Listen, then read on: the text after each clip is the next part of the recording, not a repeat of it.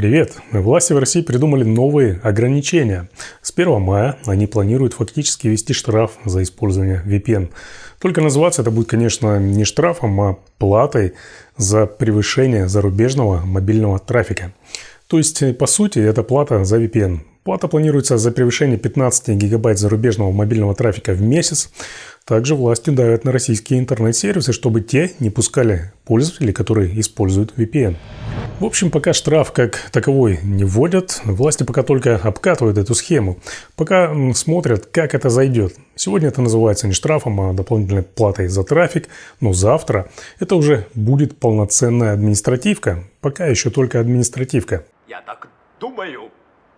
Сейчас они тестируют реакцию общества, точнее отсутствие этой реакции. Они посмотрят, как люди проглотят эту новую плату в кавычках. Как они отреагируют? Да никак. Мы прекрасно видели, что было в последние дни, когда любые попытки протеста против блокировок были просто быстро задушены. Ну и дальше сначала административка, а затем может быть и уголовка. Эти нововведения происходят по указанию кремлевской крысы. Минцифры в лице мудака Шадаева прямо об этом говорит. То есть команда идет сверху, прямо из Кремля. Путин боится правды. Он вообще никогда не пользовался интернетом, потому что у него самая настоящая паранойя. Он считает, что свободный интернет людям не нужен.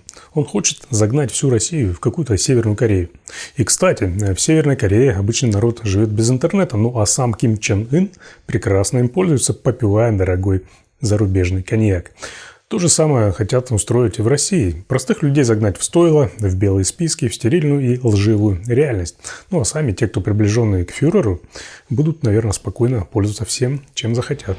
И вот здесь, кстати, возникает очень интересный и закономерный вопрос. А дети Путина, они что, такие же, как он? В том смысле, что они тоже боятся интернета, или у них как раз-то все нормально, прекрасно открывается? У них отдельный канал без РКН, без блокировок, без контроля? Наверное, никаких проблем с доступом к сайтам они не испытывают. Или, может быть, наоборот, их с детства приучали к тому, что интернет – это только то, что одобрено, только сайты из белого списка, только хорошие новости о папе.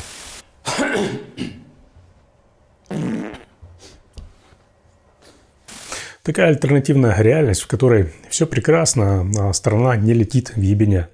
Пишите в комментариях, что вы думаете об этом. А у меня на этом все. Это был майор в отставке.